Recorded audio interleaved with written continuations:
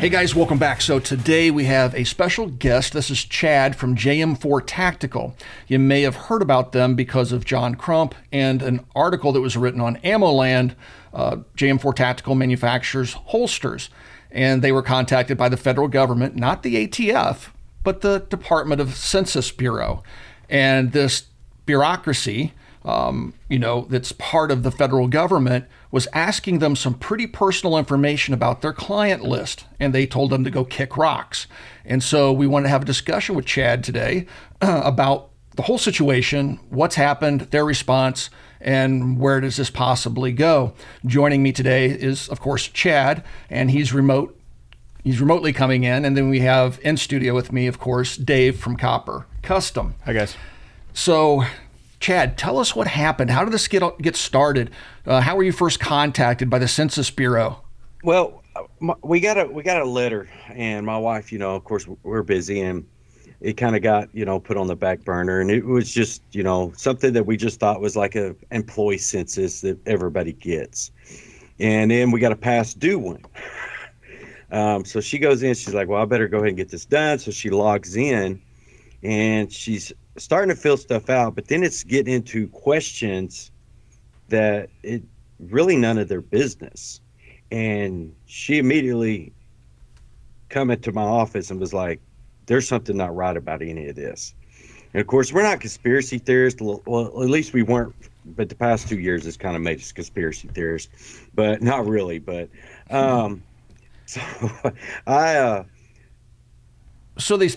went into her office, and we started looking at some of the questions, and they're wanting, they're wanting order numbers, they're wanting descriptions of what was in the box and so forth, which is really none of their concern. Now, did they also include shipping information? No, what they want, they want zip codes. Okay, so they wanted a zip code so they could pin it to a state in a particular area, a particular county, let's say. So they know exact. So they'll have a zip code, an order number. Well, that order number ties a name to a customer if they ever come back and subpoena those order numbers. And so I was like, they're not getting all this information, and I was like, there's something not right about this. So I called a buddy of mine that owns a manufacturer, and he's like, yeah, I've got one. He says, and I've never got one in 40 years that I've been in business. Now, is this gentleman also a holster manufacturer or an accessory manufacturer? Okay. Yes. So, so it kind of made me kind of raise my questions. So I called a couple of other owners that I know in the holster industry, and they had received them also. They're receiving them also. And of course, maybe kind of propped in, I called John Crump, I called Weston Martinez. Weston Martinez is our arbitrator right here in the state of Texas, and I wanted them to do their due diligence. And I said, listen, guys, I said, I don't want people being led down a rabbit hole. I don't want this to, be some kind of conspiracy theory. We need to look into this. We really do, because something's not right. There's something not right. As we're looking into it, and I talked to you earlier, Tim, about something off the record, when I found that out, I'm going, yeah, this is not right. They're using the Census Bureau. Well, that's got to stay off record because we don't want to show all our hand. Right. John Crump did his due diligence. Weston Martinez started doing his due diligence, and everybody spent about a week, maybe a week and a half, looking and calling and checking. And there's more information I wish I could give you, Tim, but like I said, I can't open up all our hand.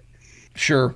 Now I've seen the questionnaire, and you've shared that with me via email. Is that something that I can share with the audience that I can throw up on the screen so they get an idea? Yes. Okay. It doesn't have any customer information in it that would be personal. So we're not going to dox anybody by doing this, but I think it's important you guys see the types of questions that they were being asked. I think the concern here, and I don't think it's conspiracy theory whatsoever. Under this current administration, when Joe Biden came in, he made it very clear to FFLs. I'm a responsible party on an FFL, obviously. And, they came down with their zero tolerance policy. And I am a director for the state of Indiana for GOA. I have access to information through our legal team and stuff like that. And the ATF has literally put thousands of dealers out of business for minor infractions that previously would have been a dirty letter and a stern warning, maybe a fine. Now you lose your license and your livelihood. So it's not a conspiracy theory. Now, I would be, if the ATF showed up at your business and started asking for the same information, that would be a serious red flag. It seems as though the Census Bureau coming and doing this and asking for this information seems to be a little bit through the back door, a little underhanded, because I've done some research on the ABS forms and some of the other stuff that they send out to other businesses. And there is a department within the Census Bureau that is responsible for asking businesses, how many employees do you have? What's your revenue look like? What's the ownership look like? What's the ethnicity of the ownership? Things like that, a bunch of yes, no questions and financial information. And so for them to come to you and ask this information, I know they promised you that this, and they promised this on their own website, that the information doesn't ever get released to the public. But that's not the concern, is it, Chad? The concern is that this information gets shared with other alphabet agencies like the ATF, the Department of Justice. They start playing connect the dots. And then, like you gave me an example of a customer, perhaps, let's say, that lives in a state like New York. Now, through the information they've gathered, even though they don't have a name, they do have a connection showing that they ordered a Glock 19 holster. It's shipped to an address and a zip code within the state of New York. Technically, that handgun is illegal there. Now, the ATF can step in and say, hey, we want to take a look at this, or some other state agency or any of the other federal agencies. So that's why I wanted you to share this information and tell you, I don't think it's a conspiracy theory. This has broader ramifications potentially.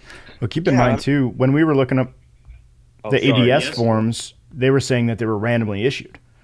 Right, it's a sample. Right. And this definitely doesn't seem randomly issued if all the holster companies are getting the same right. So request. Chad, we did some digging in it, and we were trying to determine how the Census Bureau, the Department of Business Census Bureau, how they select businesses.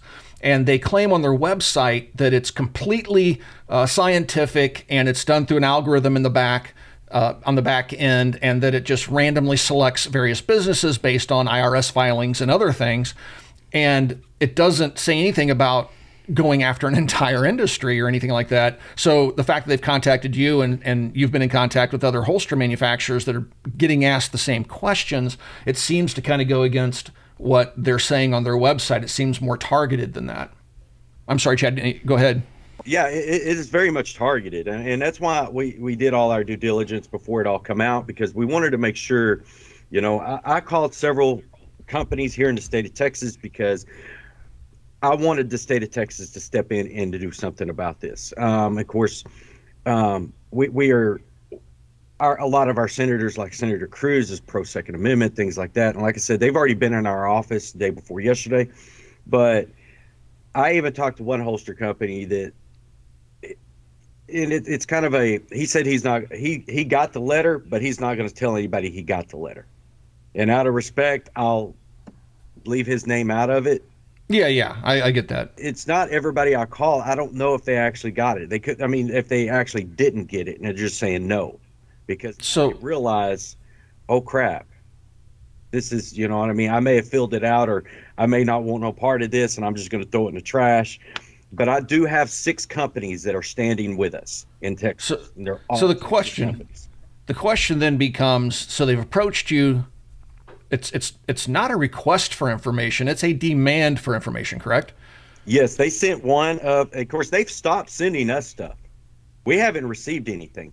Us and On Your 6 holsters, which are the ones that come out really loud about this, they have not sent us another thing. But they sent another holster company that demand letter. And did you get the demand letter?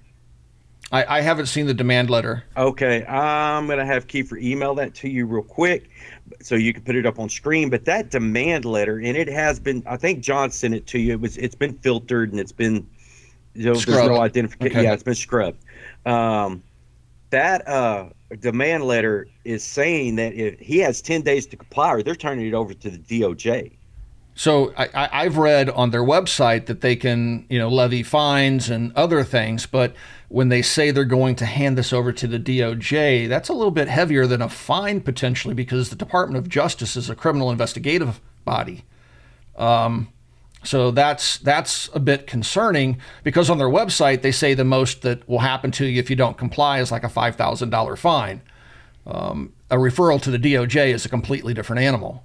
Yes. So now they've left you alone because you went straight to the public. You contacted your representative. I'm sorry, not straight to the public, but you went to like AmmoLand and John Crump and made the information public about what was happening to you. You contacted your state representative. You contacted authorities within the state of Texas. And apparently now they've backed off of you because they perhaps don't want this in the spotlight. Now they're going to go after smaller holster companies, I believe is what you said to me, or what your inclination to believe is. Yes, that's exactly right. And those type of holster companies are now sending me their information, sending me things that we can use, because what they've done is hang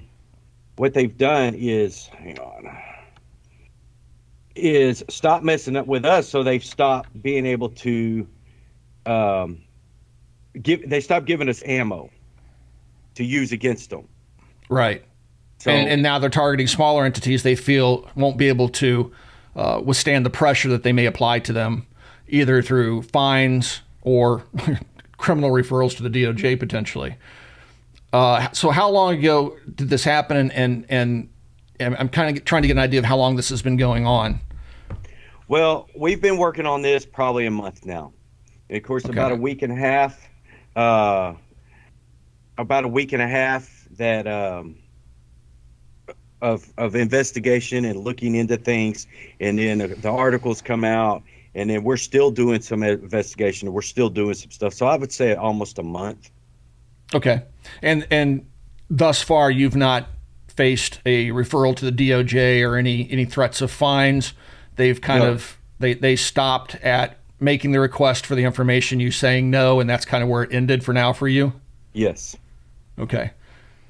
Interesting. I mean, it just seems so weird. Well, it doesn't. I mean, the government has, just in the last few years, become more invasive across the board through various agencies. Now, we know that the Supreme Court of the United States just recently ruled against the EPA, saying that these agencies, all of them, ATF included, can't just make laws up. They can't take ambiguities in laws that Congress passes and then distort those into laws themselves. So the Supreme Court seems to be, looking harder or forcing these bureaucracies to stay within the boundaries of their charters.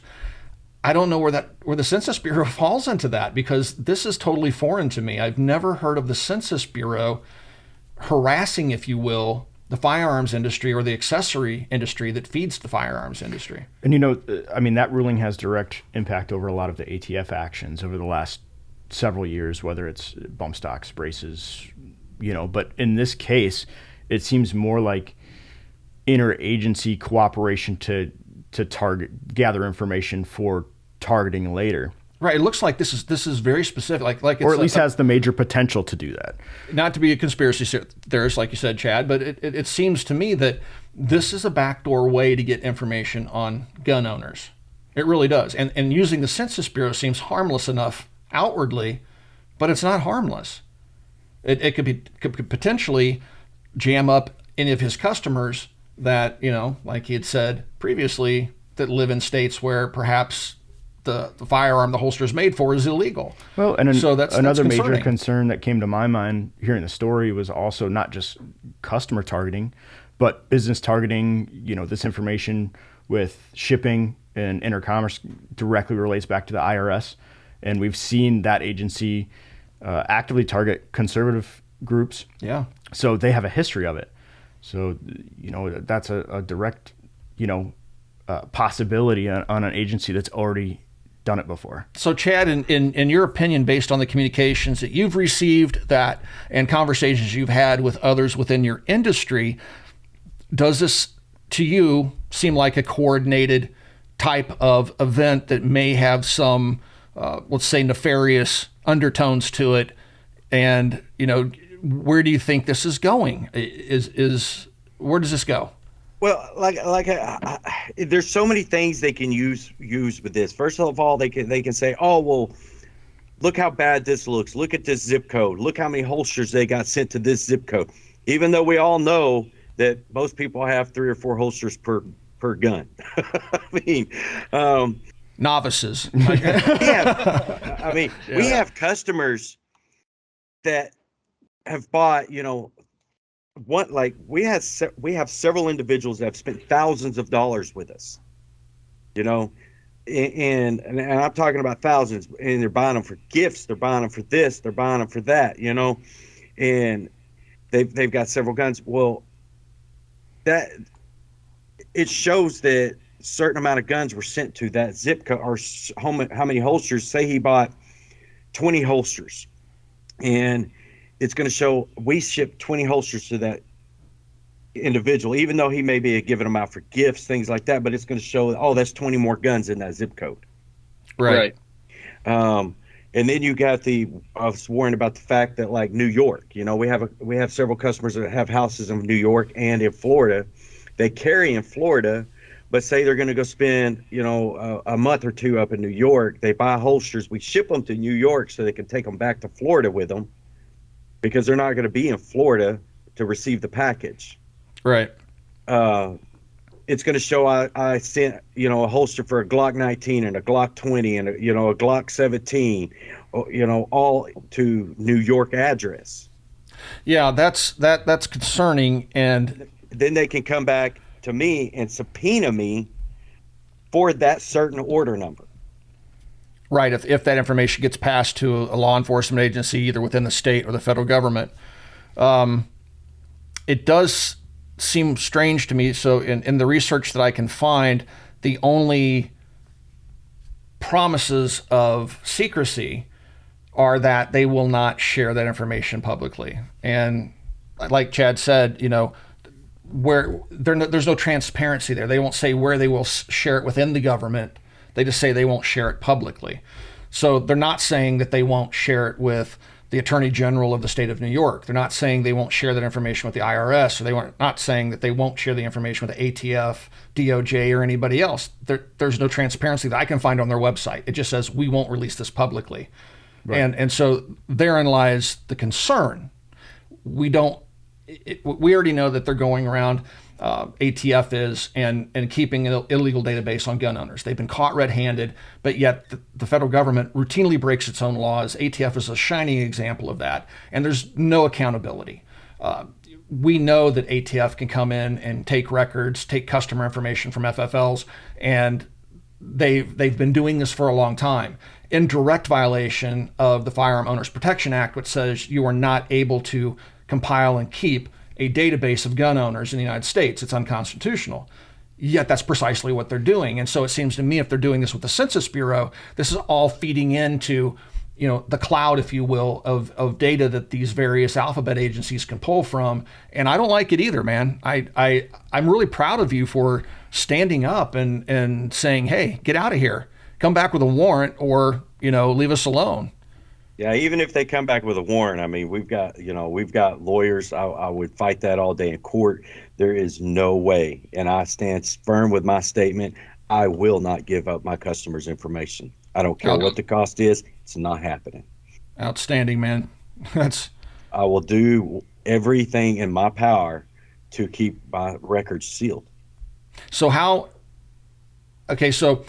is this playing out for you right now? You've been left alone. There's been no threat of lawsuit or legal action or anything like that. So basically, you're just in wait and see mode. Is there anything that the public watching this video that they can do to assist you, or to assist these other holster companies that are being harassed by the Census Bureau?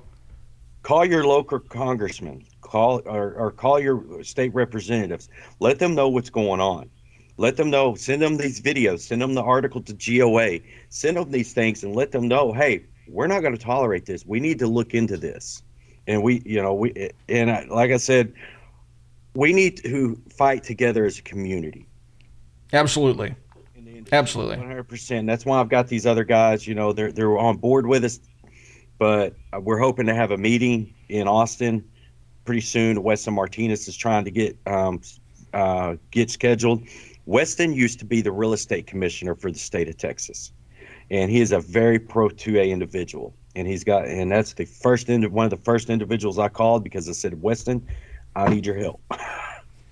Well, that's outstanding, and the fact that you, no matter what, you're going to protect that customer information, I think that's very admirable, considering the extreme pressure the federal government's capable of applying to individuals or corporations. They can definitely wreck your life. There's even if you aggravate the Census Bureau, they can say, "Hey, IRS, this company, audit them." And I'm not just making that up. It's happened. The IRS has been weaponized for decades for political reasons, as have other agencies. The FBI has been compromised. It's become a politicized organization. So this is extremely dangerous information to be floating around. We do have a right to privacy as American citizens, and this seems to go in the face of that. And so, again, I want to commend you on the actions, or in this case, the inaction you've taken in not providing that information. Before we close out, is there anything that you'd like to say to the audience regarding the situation in general? No, not really. And I'll keep y'all updated when the IRS comes knocking on my door, because ATF has no business here. They don't have. I'm not a regulated. I'm not even a regulated industry or items. So, but yeah, I'll let you know as soon as the IRS shows up, because I'm waiting. I know that it's going to happen. We 100% know that